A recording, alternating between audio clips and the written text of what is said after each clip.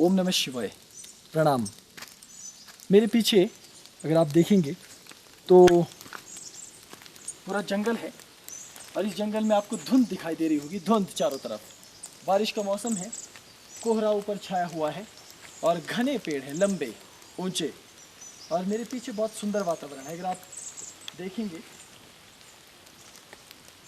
यहाँ तो मेरे पीछे आपको बहुत सारे फूल लगे हुए नज़र आएंगे।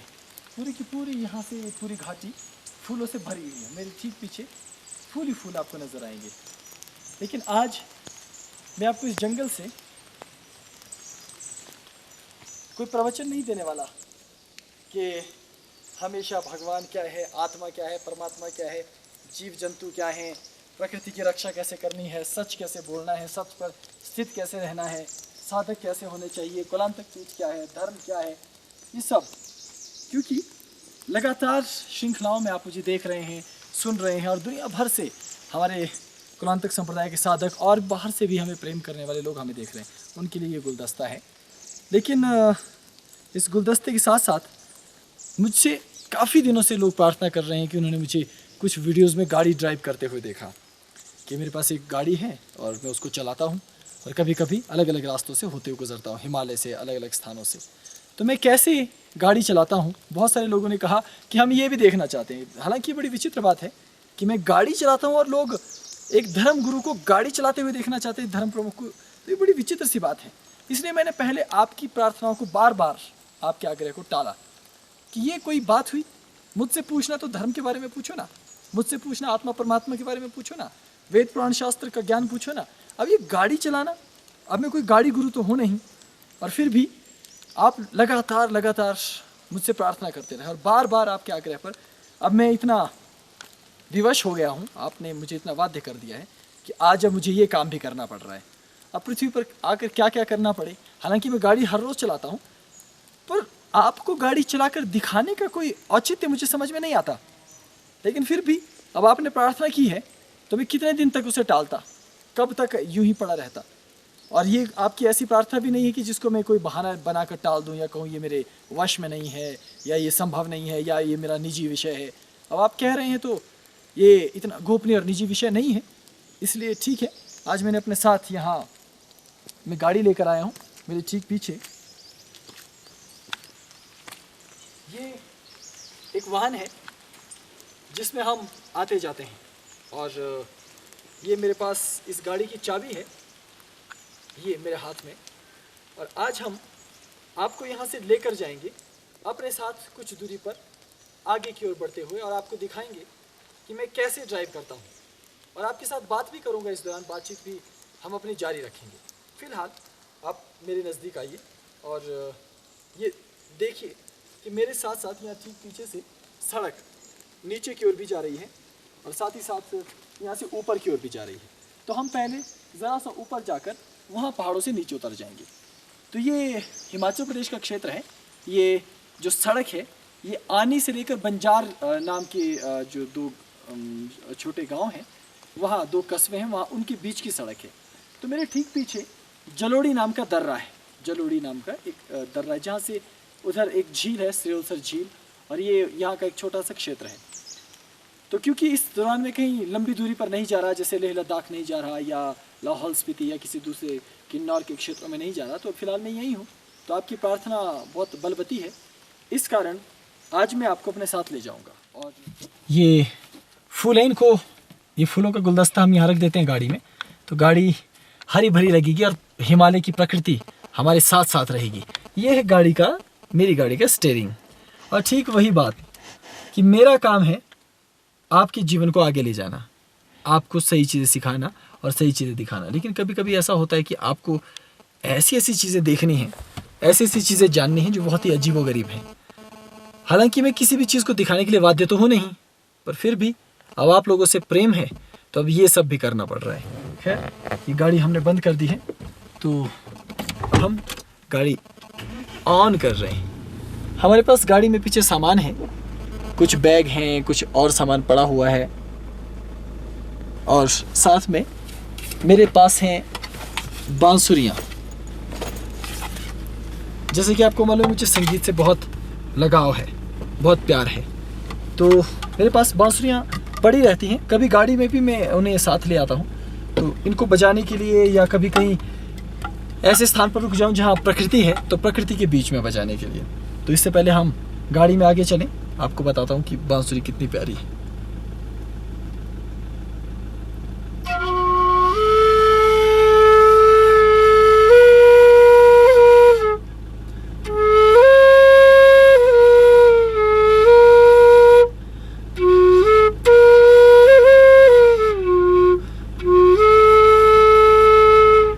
मेरे पास 3 बांसुरियाँ हैं। आमतौर पर ये मोटी बांसुरी, इसको मैं एकांत में, अकेले में, जब रात है वनों में या कहीं ऐसे स्थान पर जहाँ सन्नाटा है वहाँ बजाता हूँ, क्योंकि धीमी बजती है।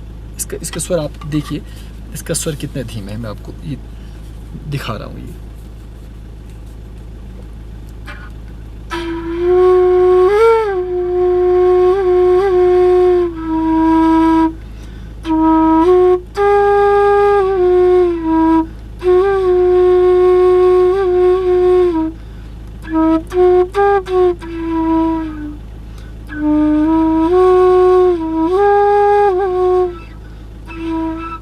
तो ये गंभीर है, ये घोष में बजती है और इसका स्वर ऐसा है।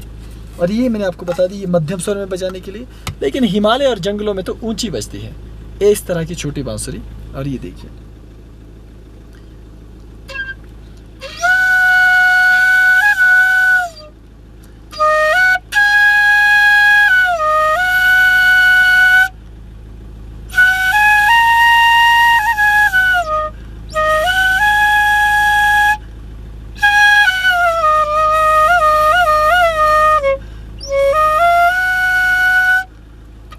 तो बांसुरियाँ अलग अलग तरीक़ों से लोग बजाते हैं। कोई लोक संगीत में, कोई शास्त्रीय संगीत में, कोई राग बजाता है, कोई आलाप बजाता है, ऐसे।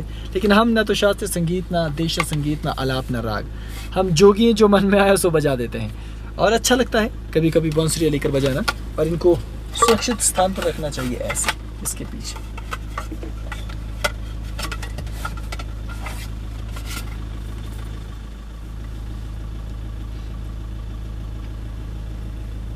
अब इसके बाद भारत के कानून का पालन करना। हालांकि एक बात मैं बता दूं, मैं कानून से थोड़ा सहमत नहीं हूं। हिमालय के क्षेत्रों में अगर आपका एक्सीडेंट होता है या दुर्घटना होती है, तो सीट बेल्ट आपको जल्दी परमधाम पहुंचा सकती है, क्योंकि आप गाड़ी के अंदर ही होते हैं। अब बहुत ऊंचा पहाड़ है यहाँ से नीचे, अगर गाड़ी नीचे जाती है तो आप तो परमधाम गए ना, बाहर निकले की कोई संभावना नहीं।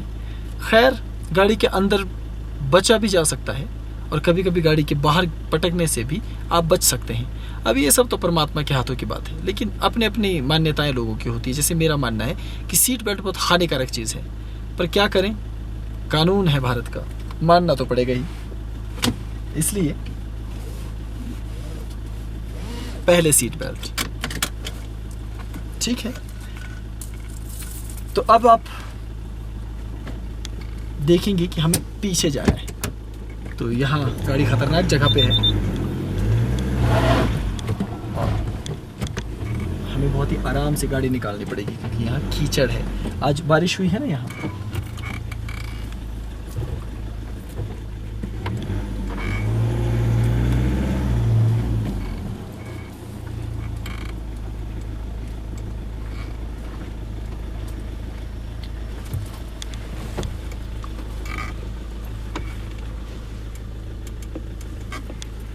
बहुत सीधी चढ़ाई इस मोड़ पर जहाँ हम गाड़ी मोड़ रहे हैं।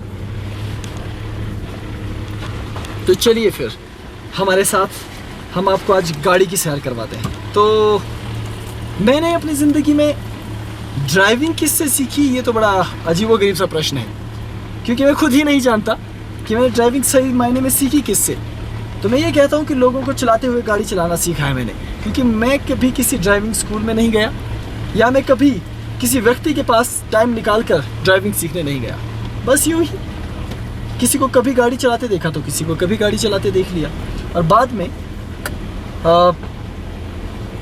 एक छोटी गाड़ी पहले ली और उसको चलाने का प्रयास किया। और आपको हैरानी होगी जानकर कि जिस सड़क पर मैं यहाँ हूँ, यहीं पर मैंने पहली बार गाड़ी चलाई है, इसी सड़क पर ही, लेकिन बहुत घबराहट में। फिर भी परमात्मा की अनुकंपा है और व्यक्ति को अपने ऊपर विश्वास रखना चाहिए। तो ये तो छोटी मोटी सी चीज़ें हैं। तो अब हम यहाँ पहुँच गए हैं, यह है जलोड़ी दर्रा।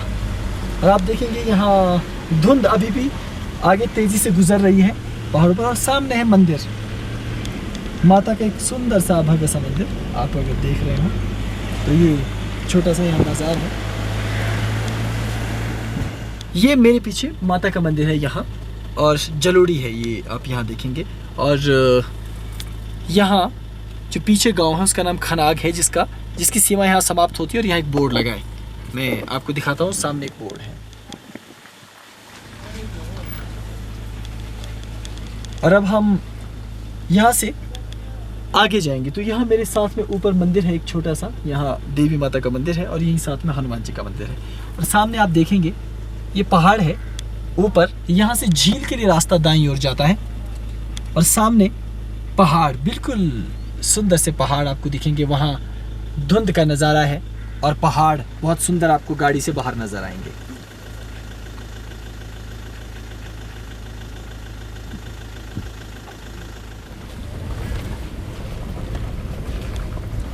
अब ये जो पूरा क्षेत्र है, ये हमारे जहाँ पैतृक निवास था वहाँ से बहुत निकट ये स्थान रहा है।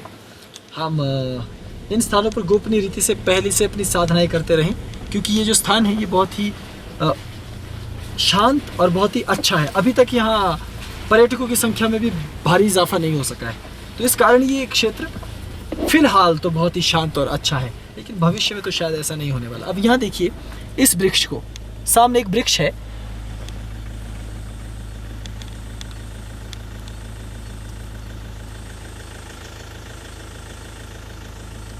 इस वृक्ष पर बहुत सारी और टहनियाँ लगी हुई हैं, और ये बहुत ही सुंदर वृक्ष है। आपको मैं दिखाता हूँ इस वृक्ष को। आप इस वृक्ष को जब देखेंगे, ये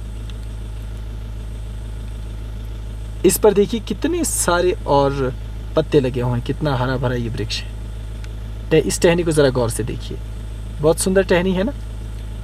तो मुझे प्रकृति को देखने में, प्रकृति में रहने में बाल्यावस्था से रुचि थी, इस कारण मेरा प्रकृति से गहरा जुड़ाव है। यदि प्रकृति से मुझे अलग कर दिया जाए तो मानो मेरा अस्तित्व है ही नहीं। तो वृक्षों पर, ऐसे वृक्षों को देखना, इन पर रहना वाले काल से मुझे बहुत पसंद था। इस वृक्ष के पीछे आपको अंधकार नज़र आएगा, क्योंकि वहाँ बादल हैं।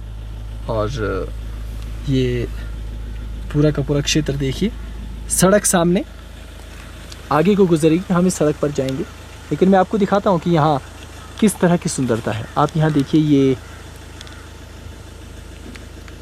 यहाँ हरे रंग का घास है और बहुत ही सुंदर, पीछे काई जमी हुई है।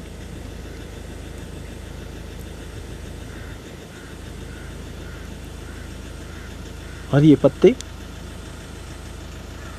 और बारिश का मौसम होने के कारण पूरी तरह से आपको वर्षा से भीगा हुआ बन नजर आएगा। और ये सड़क, अब हम इस पर आगे बढ़ते हैं।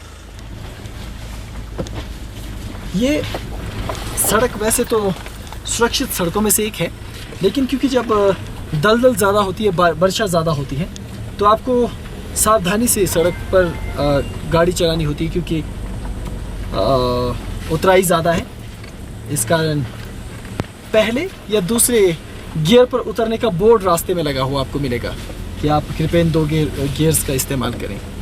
बाकी ये तो अपने अपने कुशल, मैं कहता हूँ सारथियों पर निर्भर करता है कि वो कैसे अपने रथ का संचालन करते हैं। फिलहाल प्रकृति बेहद सुंदर है। मैं आपको इस यात्रा के दौरान बहुत सारी छोटी छोटी चीज़ें दिखाऊंगा। जैसे एक नाला है यहाँ मेरे पीछे, वो सूखा है, इसमें पानी अभी नहीं है, लेकिन ये जो नाला है ये अगर आप यहाँ कुछ समय पहले आएंगे तो इसमें पानी मिलेगा, क्योंकि इस पर्वत पर हिमपात होता है तो ऊपर बर्फ़ ठहरी रहती है, बर्फ़ पिघलती है तो इन नालों में पानी आता है। क्योंकि यहाँ ऊपर नाला बनने के लिए कम जगह है, ग्लेशियर के लिए कम जगह है, इस कारण थोड़े दिनों ही यहाँ पानी रहता है। आगे मैं आपको दिखाऊंगा पानी वाले नाले हैं, जाके ग्लेशियर बड़े हैं, इस कारण वहाँ वर्ष भर पानी रहता है। और यहाँ से भी एक बड़े झरने की उत्पत्ति होती है और आगे वो झरना आगे बढ़ता चला जाता है। आप सड़क को देखेंगे सामने, फिलहाल तो सड़क ठीक नज़र आ रही है, थोड़ी सी उतराई भी है।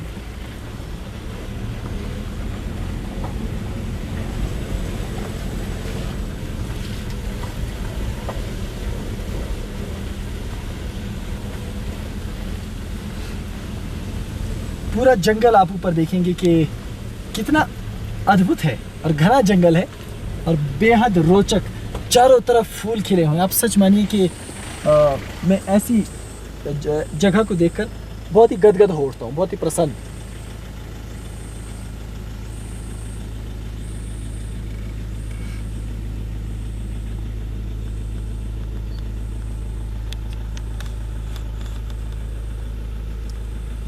हालांकि जहाँ विशुद्ध प्रकृति होती है वहाँ ये गाड़ी का शोर और ये डीजल की दुर्गंध भी बुरी लगती है, लेकिन फ़िलहाल क्योंकि अब आपकी इच्छा ही ऐसी है तो अब आपको देखिए मैं दिखा रहा हूँ ये ऊपर सुंदर सा जंगल। मुझे इस जंगल में क्या पसंद है आप जानते हैं? जैसे अचानक इस वन के मध्य में कोई शिला जिस पर बैठकर मैं ध्यान करता हूँ। ये देखिए मेरी शिला एक सुंदर सी है ना, प्यारी।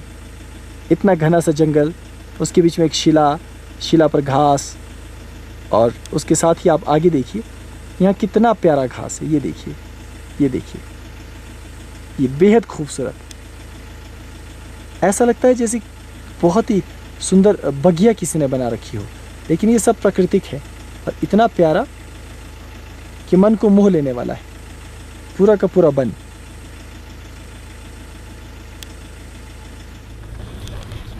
एक योगी की ज़िंदगी में क्या हो सकता है?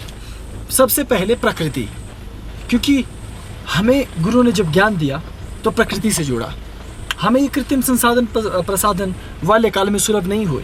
ये तो अब जाकर, अब आप देखिए 2014 में मैं पहुंचा हूं, तो पिछले वर्ष ये वाहन मेरे पास आया, तो कितनी आयु ढल जाने के बाद मुझे इस वाहन की प्राप्ति हुई। और मैं जब शहरों में जाने लगा, टेलीविज़न और मीडिया में काम करने लगा, तो उसके बाद ही ये सब संभव हो पाया।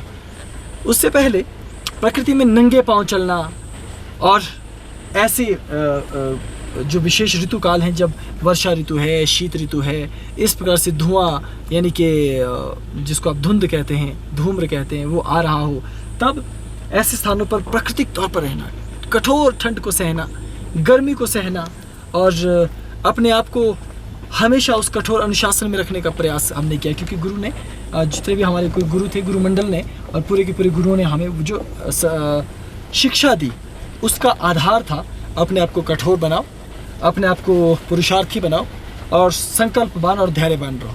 तब इन सब सुख प्रसाधन, इन सब की हमें कभी शिक्षा नहीं दी गई। तो गुरु ने कहा कि क्यों, अब तुम पीठाधीश्वर बन गए हो, अब तुम्हारा जो बाल्यावस्था का जो साधना का संकल्प था वो पूर्ण हो चुका है, अब तुम्हें दूसरी जीवन शैली में आना है। तब मुझे जब समाज में, सभ्यता में कार्य करने की अनुमति दी गई और मुझे विशेष तौर पर ये कार्य करने को कहा गया, तब मैंने संसार में आकर तमाम चीज़ें सीखी।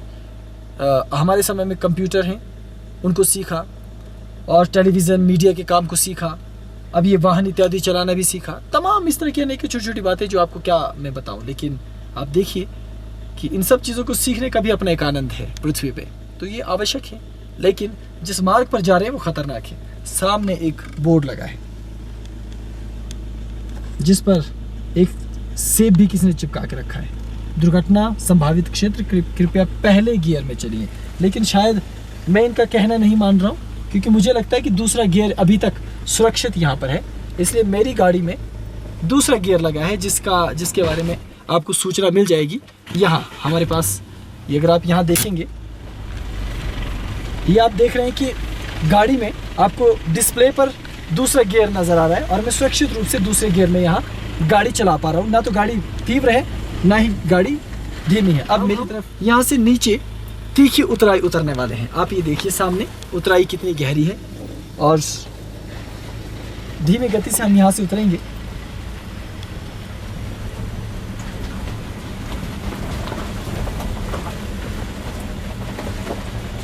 हाँ, अब जब मैं गाड़ी के अंदर होता हूँ और कभी उसे चला रहा हूँ, यदि तो प्राकृतिक दृश्य हैं, जैसे यहाँ फूल हैं, नदी है, झरने हैं, सफ़ेद सफ़ेद छोटे छोटे पुष्प खिले हैं, मुझे बहुत प्यारे पुष्पों से बाल्यावस्था से हम यहाँ रहे। तो जब मैं वाहन चला रहा होता हूँ तो अधिकांश मौन रहना या चुप रह करके प्राकृतिक दृश्यों को देखना मुझे पसंद है। लेकिन अगर मेरे साथ कुछ और लोग हैं और मैं कहीं जा रहा हूँ तो गाड़ी के अंदर संगीत भी उपलब्ध है। तो मैं संगीत भी सुनता हूँ, वो मैं आपको आगे बताऊँगा कि मैं किस तरह का संगीत सुनना पसंद करता हूँ। फिलहाल सामने झरना देखिए, एक सुंदर सा झरना आपको पहाड़ के ऊपर से आता हुआ नज़र आ रहा है।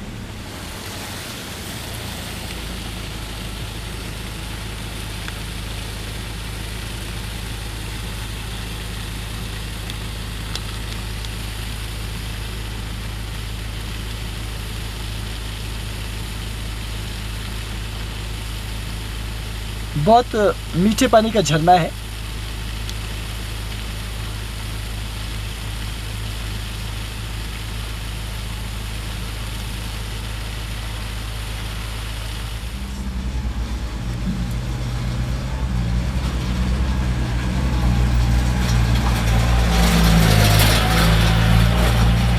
तो यहाँ अब हम घूमते हुए नीचे जाएंगे और अगर आप इस तरफ देखेंगे, ये देखिए एक छोटा सा पानी का छोटा सा एक निर्मल सोता यहाँ से बहता हुआ नीचे आ रहा है। और ऊपर भी जंगल देखिए कितना सुंदर। मुझे तो जंगल बस अपनी ओर खींचते हैं, बस एकदम से अपनी ओर खींचते हैं कि मानो मैं वहीं चला जाऊं और वहाँ से 1 मिनट भी लौट कर ना आऊँ। क्योंकि हिमालय मेरा क्षेत्र रहा, यहाँ आना जाना ये मुझे बहुत ही रुचिकर लगता है। अब देखिए झरनों में मुझे बहुत अच्छी अच्छी चीज़ें नज़र आती है, जैसे पानी का ऐसे बहना। अब झालरदार पानी को देखिए, वाह, प्रकृति की क्या लीला और क्या माया है।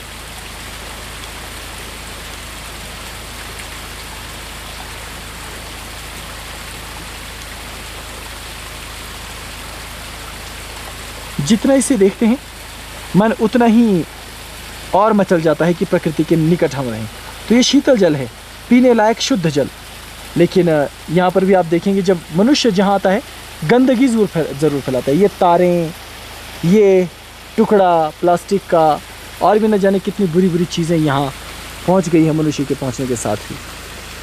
और ये वन सुंदर, बेहद आकर्षक और पूरा का पूरा पत्थर सुंदर पत्तों से ढका हुआ। तो एक योगी का प्रथम आकर्षण जो है वो अपने गुरु और अपनी परंपरा के अतिरिक्त प्रकृति से ही होता है। प्रकृति का अद्भुत जुड़ाव हमारे मन में होता है। प्रकृति से यदि दूर हो जाए तो मन को बड़ा कष्ट होता है। जैसे हमारे देश में अब जगह जगह नेशनल पार्क बन गए। अब हम लोग बाल्यावस्था से उन्मुक्त होकर इन जगहों पे आते रहे जाते रहे। अब तरह तरह के नियम, तरह तरह की बातें, इन सब ने हमारे उन्मुक्त जीवन को नष्ट कर दिया है। तो जहाँ सरकार एक और पक्षियों प्राणियों को बचाने की बड़ी बड़ी बातें करती है, वहाँ हम जैसे लोगों के लिए मुसीबत उन्होंने खड़ी कर दी। और आप देखिएगा हम सिद्ध योगियों की परंपरा को नष्ट करने में इस सरकार का ही सबसे बड़ा हाथ होगा। क्योंकि हमारी जो मान्यताएं, जो परंपराएं थी, प्रकृति में रहना, जंगल में रहना, उस सबको तो धीरे धीरे सरकार नष्ट कर रही है। तो मेरा तो कुछ नहीं है, मैं तो अपने जीवन को जी चुका हूँ। लेकिन भविष्य में आने वाली पीढ़ी का क्या होगा, ये बहुत ही विचारणीय तथ्य है। फिर भी साधना काल का जब प्रारंभ होता है और जब योगी अपने स्थायी चित्त की अवस्था तक नहीं पहुंचा होता है, तब तक उसे तमाम यम नियम, प्रत्याहार, धारणा, ध्यान इत्यादि करने की आवश्यकता होती है। नियमित रूप से भोजन की संहिता, जीवन शैली की संहिता कि क्या कहे, किस तरह से कहे, कैसे परिवेश में रहे। क्योंकि अगर वो इन चीज़ों का पालन नहीं करता है तो वो किसी स्थिति विशेष को प्राप्त नहीं कर पाता। इसलिए इन सब चीज़ों का अपने आप में बड़ा गहरा महत्व है। और उसके लिए चाहिए सबसे महत्वपूर्ण कि आप प्रकृति में रहें। और प्रकृति में भी यदि ये हिमालय क्षेत्र हो तो और भी क्या कहना, क्योंकि यहाँ से आगे अब हिमालय की श्रृंखलाएं आगे की ओर बढ़ती जाएंगी, जो लगातार आपको आकर्षित करती रहेंगी। तो यहाँ रहना सरल नहीं है। और सबसे बड़ी बात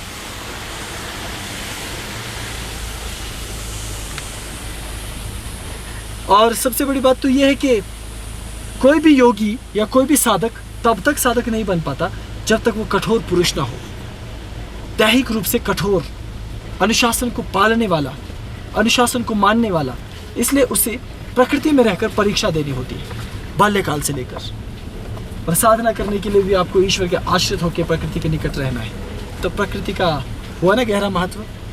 इसलिए मैं अधिकांश समय वनों में रहता हूँ और अधिकांश समय हिमालयों में रहता हूँ और अपनी गोपनीय साधनाओं में रहता हूँ। और कौलांतक पीठ को भी गोपनीय पीठ माना जाता है और कहा जाता है। इसलिए मैं उसका गोपनीय योगी होने के नाते अपने तरीके से मेरी जीवन शैलियाँ हैं। तो जब से कुलांतक पीठ का पीठाधीश्वर बन गया तब से ये गोपनीयता हमारी भंग हो गई, क्योंकि अब कुलांतक संप्रदाय को मानने वाले दुनिया भर में फैले हैं हमारे भैरव भैरवी। तो अब उन तक तमाम बातें पहुंचानी हैं। अब वो मुझे देखना चाहते हैं दिन रात मैं क्या कर रहा हूँ, कहाँ जा रहा हूँ, कहाँ रह रहा हूँ, किससे बात कर रहा हूँ, क्या खा रहा हूँ। तो ये केवल उनका प्रेम और बड़प्पन है। अन्यथा आप देखिए मैं गाड़ी चला रहा हूँ, ये कोई बड़ी बात तो नहीं है। खैर अगला मोड़ देखिए कितना सुंदर और अच्छा है।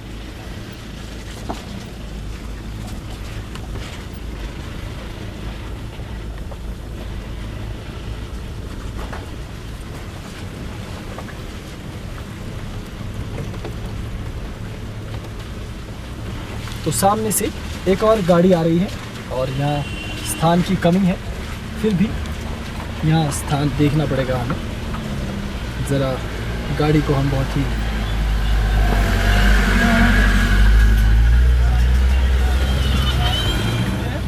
प्रकृति और मौसम तो आज बेहद बेहद आकर्षक और सुंदर है।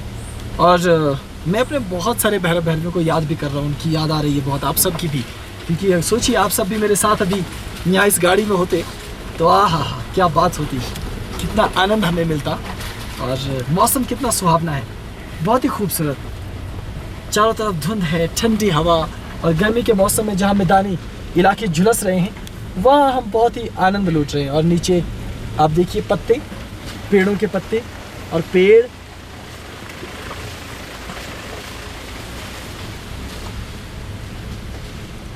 आगे से एक और गाड़ी आ रही है तो हमें सुरक्षित स्थान तक पहुंचना होगा। पहले देखिए लोगों को भी गाड़ियों में ऐसे भरकर लाया जाता है जैसे कि आलू की बोरियां उठा कर ला रहे हैं।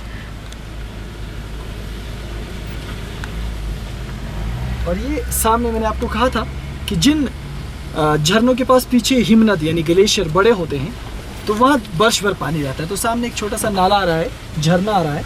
इस झरने को अगर आप देखेंगे तो इसमें वर्ष भर आपको पानी मिलेगा, क्योंकि इसके पीछे बर्फ़ का बड़ा अच्छा सोता है। और ये देखिए यहाँ से पानी तेज़ी से ना आ जाए इसलिए यहाँ पर एक दीवार बनाई गई है और आप पूरे की पूरे झरने को पीछे देख सकते हैं।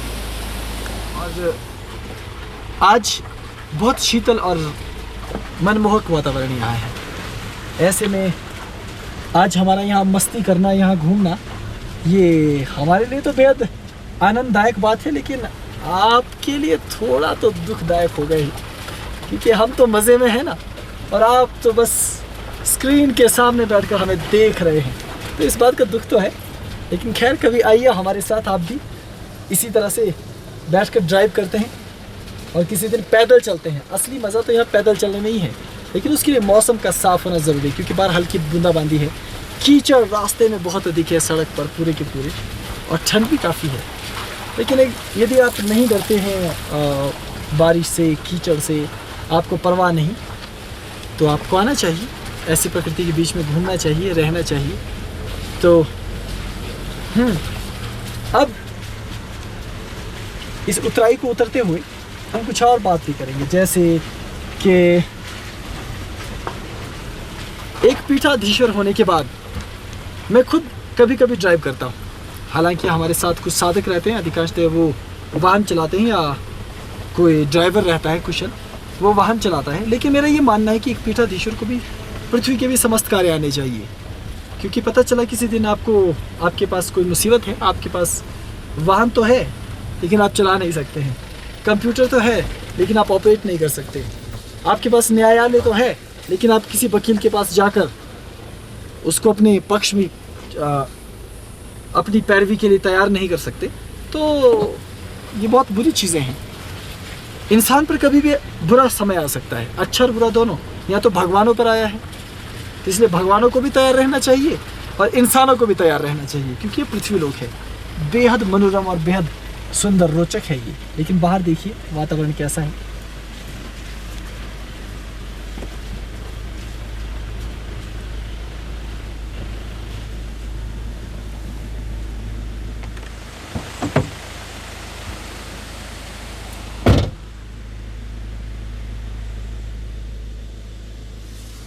ये देखिए बहुत सुंदर जगह, इतनी धुंध है मेरे पीछे, आप देख रहे हैं क्या? बहुत सुंदर मौसम है और यहाँ लंबे पेड़ हैं, और मेरे नीचे घास है, मखमली घास, और यहाँ नीचे सुंदर सा एक नाला है, पानी का नाला नीचे बह रहा है, झरना पानी का। अब देखिए हमारे हिमाचल में तो पानी के झरनों को भी नाला ही कहते हैं, लेकिन मैदानी इलाकों में मैंने देखा कि नाला का मतलब होता है गंदा नाला। ये तो एक छोटा सा पानी का झरना है जिसको अंग्रेज़ी में शायद स्ट्रीम कहते हैं। तो ये सुंदर सा झरना आप देखेंगे यहाँ से बह रहा है। अब आप देख लीजिए कि कितना अच्छा वातावरण यहाँ का है। हिमालय से जो मेरा प्रेम और प्यार है वो इसी कारण है क्योंकि यहाँ बहुत सी चीज़ें मनमोहक है। जैसे यहाँ घास है, नीचे देखिए आप घास, कितने सुंदर दृश्य इसका बना हुआ है। ऐसा घास फैला हुआ है चारों तरफ, और वृक्ष, एक लंबा सा वृक्ष यहाँ है।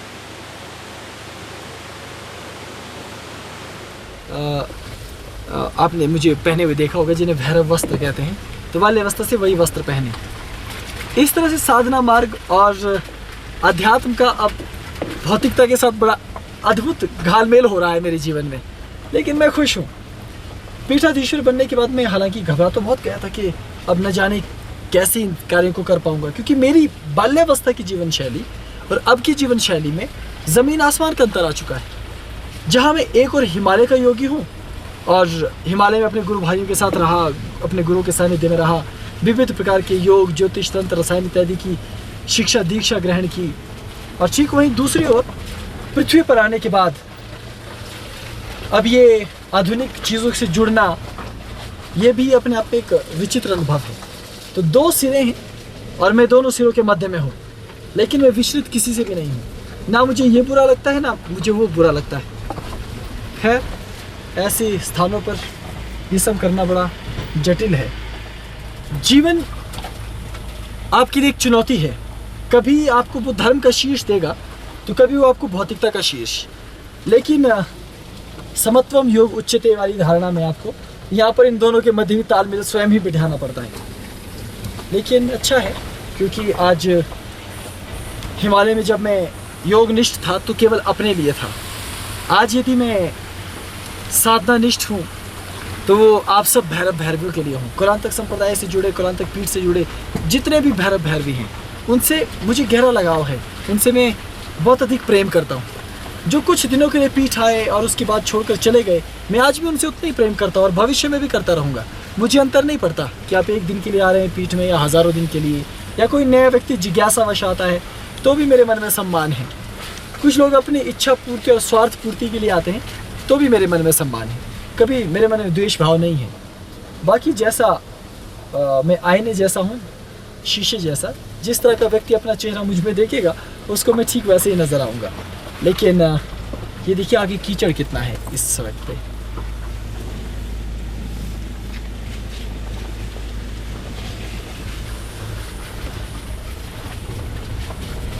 तो बहुत आनंद है इस सफ़र में। प्रकृति में छोटी छोटी चीज़ें आपको आनंद देती हैं।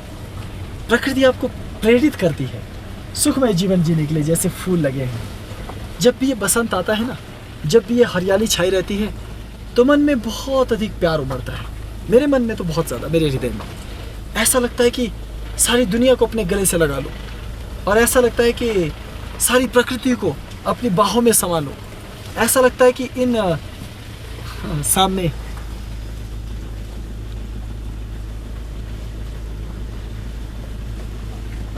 बम बम नंदी महाराज की जय हो। एक बैल आपने देखी, नंदी हमारी सड़क पे राह रोके खड़े थे। तो मेरा मन करता है कि मैं प्रकृति में नाचूं जब ऐसा वातावरण होता है, गाऊं।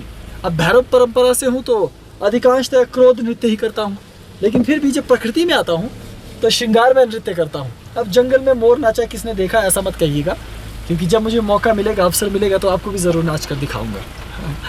तो बाल्यावस्था से मैंने, क्योंकि हम लोग बहुत ही सिकुड़ी हुई ऐसी सिमटी हुई सी मानसिकता के लोग नहीं होते योगी। हम बहुत ही विशाल हृदय के होते हैं। हमारी जीवन शैली बाल्यावस्था से, हमारे साथ कई भैरव भैरवियाँ रहीं, उनके साथ हमने नृत्य किया और उनके साथ साधनाएं हमने संपन्न की, गीत संगीत का अभ्यास किया। तो बहुत ही बृहद खुला वातावरण, खुली मानसिकता हमारी रहती है। लेकिन मैंने धर्म क्षेत्र में देखा है बहुत सारे गुरुओं को, अध्यात्म पुरुषों को बड़े ही जटिल और विचित्र नियमों में रहते हैं। लेकिन मैं सच मानूं और सच बताऊं, हमें जो नियम गुरुओं ने बताए हमने केवल उसे ही प्रधान माना, और हम केवल गुरुगम्य हैं, गुरु अनुगामी। जो गुरु ने कह दिया उतना ही हमारे लिए सब कुछ है, उससे अधिक हम सोचते नहीं। तो जीवन उत्तम रहा। तो इन हिमालयों पर नृत्य करना ऐसे मौसम में मन बहुत ललचाता है। बारिश आती है तो रोक नहीं पाते, भीगने तो जाना ही है। और प्रकृति में कहीं फूल हो तो कैसे मन नहीं मचलेगा। और प्रकृति में जब हिरन का जोड़ा घूम रहा हो या पक्षी आपस में प्रेम कर रहे हों तो आपको एक बड़ी गहरी प्रेरणा मिलती है। प्रकृति आपको उकसाती है प्रेम करने के लिए, प्रकृति आपको प्रेरणा देती है साधना करने के लिए, प्रकृति आपको गहन समाधि में डूब जाने के लिए भी प्रोत्साहित करती है। तो प्रकृति कहीं ना कहीं एक अदृश्य गुरु है। इसलिए प्रकृति में आपको रहना चाहिए, वहाँ जाना चाहिए, क्योंकि ज्यों-ज्यों आप प्रकृति से दूर हो जाते हैं आप अपने आप से दूर हो जाते हैं। प्रकृति के बिना आपका कोई अस्तित्व अपना है नहीं, ये याद रखिएगा। हम इस वाहन में हैं तो अवश्य भी आनंद में है, क्योंकि अभी हम शीघ्रता से आगे बढ़ सकते हैं। लेकिन आप फिर भी यकीन मानिए, जब मैं गाड़ी से बाहर था उस आनंद का मुकाबला क्या हो सकता है, कभी नहीं। तो मेरे पीछे आपको और दिखाता हूँ, आप कहेंगे कि मैं सिर्फ बातें कर रहा हूँ।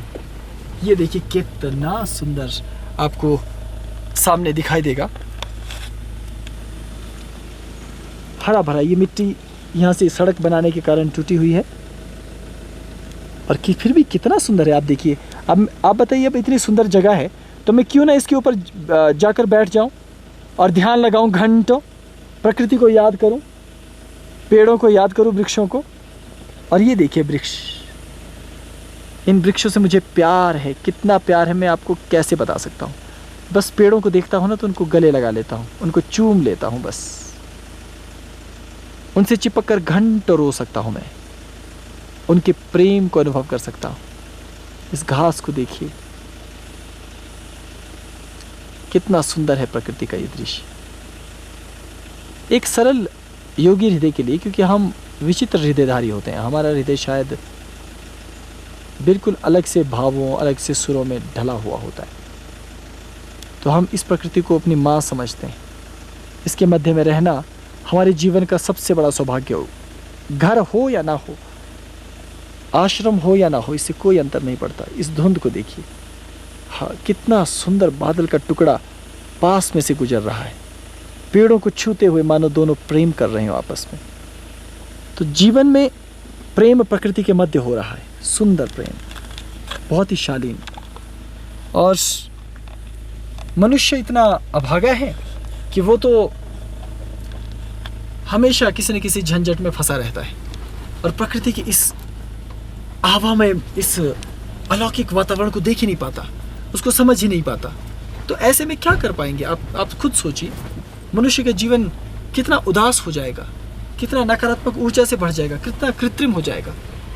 प्रकृति से मोम इकट्ठा करना, प्रकृति से इन वृक्षों से इसका एक चारकोल जैसा पदार्थ निकलता है, एक चिपचिपा सा तेलीय पदार्थ, उससे हम मशाले बनाते थे बाल्यावस्था में, उससे लकड़ियाँ जलाया करते थे। तो प्राकृतिक प्रकाश करके वनों में लकड़ियाँ जलाकर बैठना, घंटों वहाँ मंत्र का जाप करना, गुरु के बताए स्त्रोत स्तवन का जाप करना, और विचित्र जीवन शैली हमारी रही। अपने गुरु के लिए हम क्या कर सकते थे इस प्रकृति में, बताइए। यहाँ कोई दुकान तो है नहीं कि अच्छा सा कपड़ा खरीद कर उनके लिए दे दें या कुछ दे दें। तो जहाँ भी गुरु किसी शिला पर बैठे हैं तो ये घास पात बीन कर उनके चरणों के लिए तरह तरह के सुंदर पुष्पों को तैयार करना, पुष्पों से अपने गुरु के चरणों की वंदना करना, उनके पाँव से लिपट कर रोना, उनके पाँव पर बैठकर अद्भुत दीवानगी हमने अनुभव की। अपने गुरु के चरणों से लिपट कर ऐसा लगता था कि मानो इस पृथ्वी पर बहुत आनंद है उनके चरणों में। अपने जीवन में यदि गुरु के चरण मिल जाएं तो वहाँ घंटों रोकर व्यक्ति अपना प्रायश्चित कर सकता है, घंटों रोकर गुरु से अपने प्रेम का, अपने समर्पण का प्राकटीकरण कर सकता है। तो बेहद अजीब रीति होती है एक साधक की, आप सच मानिए। अगर बाहर से देखेंगे ना, अब मैं जब से शहर में रहना मैंने शुरू किया और सभी भैरव धर्मों से मैं जुड़ा, तब से थोड़ा सा कृत्रिम हो गया हूँ। क्योंकि अब मैं जानता हूँ, जब मैं ये सब बातें कह रहा हूँ तो अधिकांश कहेंगे कितना पागल आदमी है ये, और जो नास्तिक हैं, जो बकवास आदमी मेरी नज़र में, वो कहेंगे कितना बेवकूफ़ बाबा है ये। लेकिन ये सच है।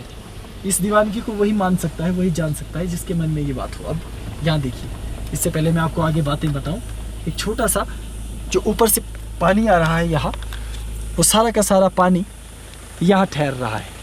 यहाँ अब छोटा सा तालाब बन गया, लेकिन यहाँ भी देखिए प्लास्टिक का कचरा किसी मूर्ख ने यहाँ फेंक दिया है, इसके अंदर डाल दिया है। यहाँ पानी रुका हुआ है और सामने देखिए कितना सुंदर, अद्भुत। क्या आपको कभी ऐसा प्रकृति से प्रेम नहीं होता है क्या? ये देखिए, वाह, ऐसा दिल करता है कि मैं लेट जाऊँ इस घास में, जाकर कूदूँ इस घास के बीच में, हिरन के बच्चे की तरह छलांग मारूँ मैं। और इसीलिए मैं जंगल में नाचता कूदता रहा और लोग मुझे पागल कहते रहे। हाँ, मैं सचमुच पागल हूँ। देखो इस प्रकृति को, अपनी पूरी आंखें खोल कर देखो। ये प्रकृति मुझे दीवाना बना देती है, एकदम से पागल, बावरा। तो नंगे पाँव इस पानी के पोखर में मैं कूदूंगा क्यों नहीं? इस घास के बीच में से गुजरूंगा क्यों नहीं?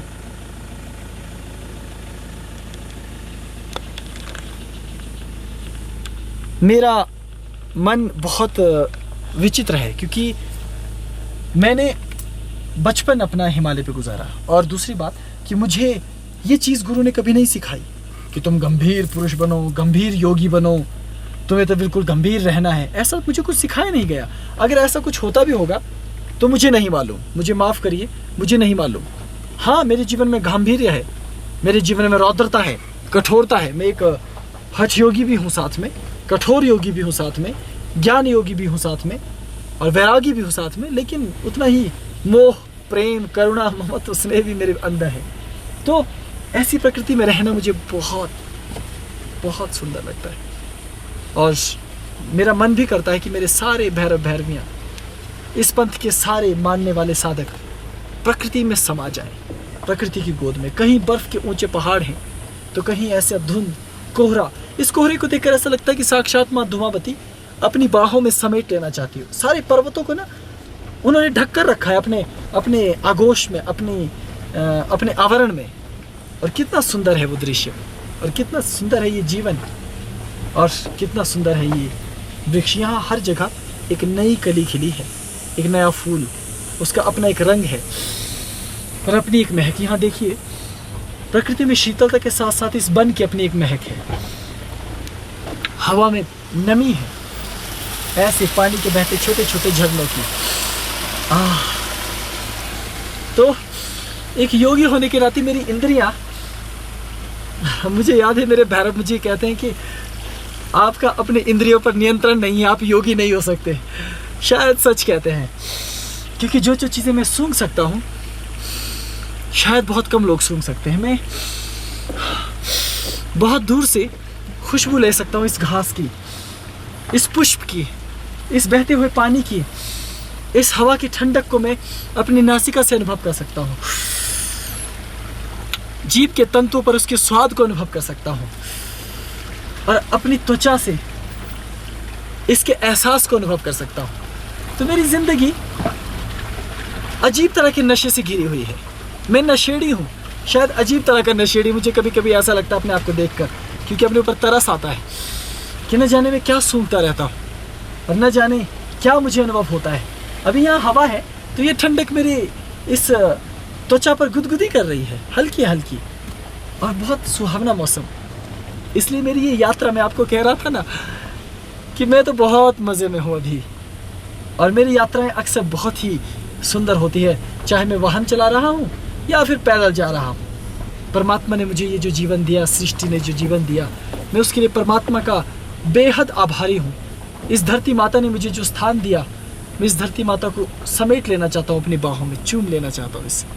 और आप सब भैरव भैरवियों ने भी जो मुझे प्रेम दिया, मैं किन शब्दों में उसका आभार व्यक्त करूँ, ये भी मेरे लिए बहुत ही अजीब सी बात है, क्योंकि मेरे पास शब्द ही नहीं है। शब्दातीत है आपका प्रेम और सौंदर्य भी। अब आप देखिए कि मैं नित्य प्रवचन करने वाला, अध्यात्म की बात आपको बताने वाला, ज्ञान देने वाला, और आप क्या देखना चाहते हैं कि मैं गाड़ी कैसे ड्राइव करता हूँ, और मेरे साथ गाड़ी ड्राइव करते हुए आप मुझे देखना चाहते हैं, मेरे साथ बैठना चाहते हैं। तो ये तो विचित्र बात हुई ना। ये भी अपनी तरह की दीवानगी है और अपनी तरह का बावरापन। हम जोगियों में पागलपन होता है, हम पागल ही होते हैं, इसमें कोई दो राय नहीं। अब यहाँ से आगे के क्षेत्र में धीरे धीरे गांव और कस्बे शुरू हो जाएंगे आना। तो अब धीरे धीरे प्रकृति हमसे पीछे छूटेगी और कम होती जाएगी प्रकृति का अस्तित्व। तो अब मेरा मन धीरे धीरे दुखी होने लगता है, क्योंकि एक तो सावन का महीना चल रहा है, ऊपर से इतना सुंदर वातावरण। आप मेरे विपरीत देखिए, उस सामने पहाड़ पर, एक बार देखिए पलटकर, तब आपको समझ में आएगा।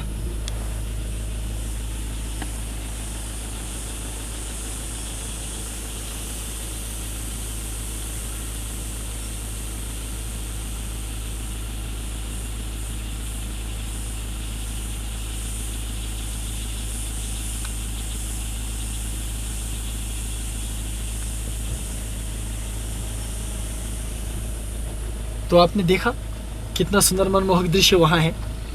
तो यहाँ से जब मैं नीचे जाता हूँ, सच मानो मेरा मन बैठ सा जाता है।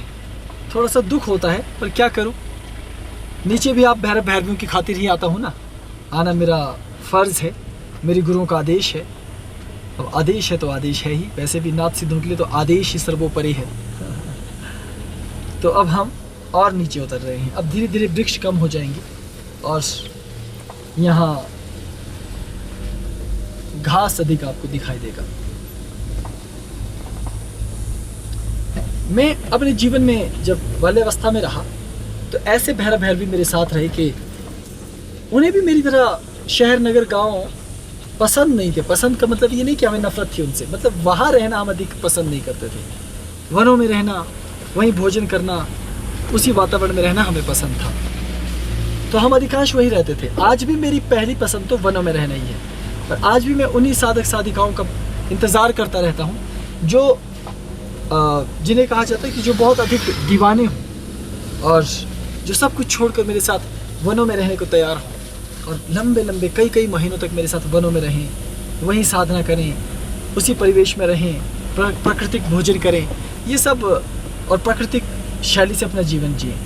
तो वो सब मुझे बहुत पसंद है। लेकिन जो लोग ऐसा नहीं कर पाते, नहीं आ सकते हैं, तो ऐसा नहीं कि उनसे प्रेम नहीं है, प्रेम उनसे भी है उतना ही, लेकिन प्रकृति में रहने वालों से मुझे कुछ ज़्यादा ही प्रेम है और प्रकृति से भी मुझे कुछ ज़्यादा ही प्रेम है। इस कारण मुझे लोग बुलाते रहते हैं कभी कभी। तो अभी क्योंकि इन वर्षों में, जवानी के इन दिनों में, जब मेरे पास टेलीविज़न कार्यक्रम भी हैं और भविष्य में तो मैं छोड़ दूँगा, तब टेलीविज़न भी मुझे फ़ोन करता रहता है। वहाँ से भी फ़ोन आते रहते हैं प्रोड्यूसर्स के, अलग अलग लोगों के, कि आप आ जाइए, ये कार्यक्रम करना है, आ जाइए। तब भी मैं सब कुछ छोड़ देता हूँ कि मुझे नहीं लेना देना। कभी जब गया, खुश हूँ तो कर लिए 2-4 कार्यक्रम, अन्यथा छोड़ देता हूँ। अधिकांश समय मेरा यहाँ निकल जाता है। फिर भी कलांतक पीठ में आने के बाद दुनिया भर की मेरी वीडियोज़ और स्टिल फोटोग्राफ्स साधकों के लिए उपलब्ध होते रहे। इसके लिए मैं पूरी कलांतक पीठ टीम का आभार व्यक्त करता हूँ, क्योंकि उन लोगों ने, अलग अलग लोगों ने अलग अलग समय में आकर सेवा की और मेहनत की और 24 घंटे मेरे पीछे एक स्टिल कैमरा और एक वीडियो कैमरा लगाए ही रखा। इस कारण मेरी अधिकांश चीज़ें आप लोगों तक पहुंचती रही, लेकिन हिमालय तक और गहरे स्थानों तक कैमरा नहीं जा पाया, क्योंकि अपनी तकनीकी वजहें इसकी हैं। तो शायद भविष्य में वहाँ भी जाए। तो स्वागत है मेरा। कोई जिसे कहते हैं कोई मानसिक इसके पीछे ऐसी भावना नहीं है कि नहीं आप कृत्रिम ये सब चीज़ें मुझे मेरे जीवन की क्यों दिखा रहे हो, लोगों को क्यों बता रहे हो, मेरे जीवन में कुछ निजताएं हैं, उनको निजी ही रहने दो। ये सब मेरे मन में नहीं है। ठीक है, जैसा भी है, प्रकृति में जो हो रहा है सब स्वीकार्य है, क्योंकि मैं कौन सा इस पृथ्वी पर सदा के लिए आया हूँ। कुछ दिनों का खेल है, जब तक मैं हूँ तब तक हूँ, उसके बाद जब नहीं हूँ तब नहीं हूँ। इसलिए अभी जो मेरे साथ जी रहे हैं वो जी रहे हैं, बाद वाले वीडियो के थ्रू हमें देखेंगे, वीडियोस के द्वारा, फोटो के द्वारा। कुछ अभी हमें गालियाँ दे रहे हैं, कुछ भविष्य में हमें गालियाँ देंगे, कुछ अभी हमें प्रेम कर रहे हैं, कुछ भविष्य में हमें प्रेम करेंगे। ये खेल तो चलता रहेगा। लेकिन देखिए, मैं आज आपको ड्राइव पे लेके आया हूँ अपने साथ। ऐसे कहते हैं ना बाज़ारों में, ड्राइव पे लेके आया हूँ। तो मैं आपको ड्राइव पे लेके आया हूँ। तो अब हम जंगल के इस इलाके से पूरी तरह से निकल चुके हैं। अब हम धीरे धीरे आगे जाएंगे और आपको और चीज़ें दिखाएंगे कि कैसे कैसे हम नीचे उतर रहे हैं। समस्या ये है कैमरा के साथ कि यहाँ एक पक्षीय वार्ता होती है, केवल मुझे ही कहना पड़ता है ना। अगर आप भी कहते तब बात दोहरी होती ना। लेकिन फिर भी अब आपके मन में बहुत सारी बातें होंगी। विश्व के अलग अलग कोनों में आप लोग रहेंगे, कोई इस देश में, कोई उस देश में, कोई इस देश से मुझे देख रहा होगा पलके ऐसे ऐसे करके, कोई उस देश से देख रहा होगा ऐसे ऐसे करके। लेकिन जो भी ऐसे देख रहे हैं उन सबको मैं अपने हृदय से प्रेम करता हूँ और प्रणाम करता हूँ। और आपकी प्रेम की खातिर आज देखिए, आज स्टीयरिंग पर बैठकर आपको अपने साथ घुमाने ले जा रहा हूँ। तो देखिए आगे फिर कि सड़क कहाँ तक जा रही है और आगे तक चलिए हमारे साथ।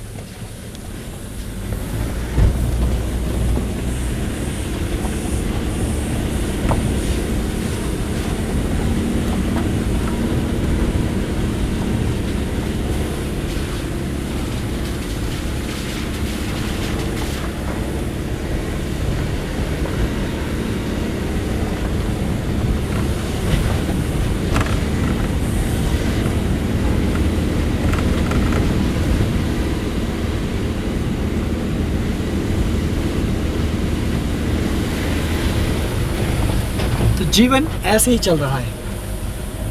अधिकांश समय मेरा आज भी अध्यात्म और अपने भैरव भैरवियों के लिए समर्पित है। मेरा अपने लिए मैंने कितना समय निकाला ये कहना मुश्किल है, क्योंकि अभी 2014 चल रहा है, लेकिन 2015 में जनवरी के बाद मैं अपने लिए भी समय निकालूंगा, क्योंकि तब शायद मुझे गुरुमंडल से इसकी अनुमति मिलेगी और मैं पूरा आश्वस्त हूँ कि ऐसा ही होगा।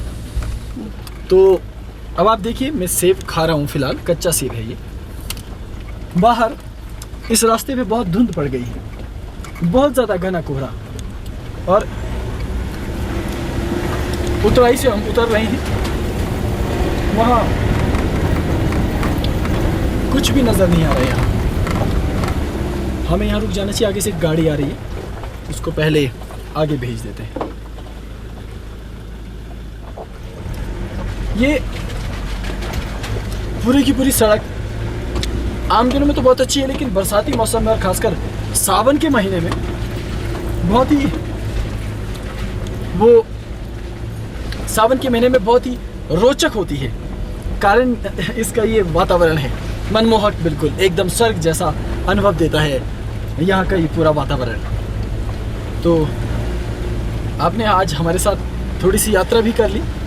आशा है कि बातों बातों में आपको हमारा ये सफ़र ज़रूर अच्छा लगा होगा। तो ये तो एक छोटा सा सफ़र है, कभी समय मिलेगा तो किसी लंबे सफ़र पर चलेंगे। लेकिन लंबे सफ़र पर अगर आप हम सफ़र बनकर चलें तभी आनंद है। तो इसलिए कभी पैदल पैदल हिमालय की पगडंडियों पर चलने का अवसर अगर मिले और आपको समय मिले तो ज़रूर हमारे साथ आप हिमालय की पगडंडियों पर चलें। आपके आग्रह पर मैंने आज आपको अपने साथ सैर करवाई है। ज़रा देखिए सामने की सड़क और सामने का मौसम।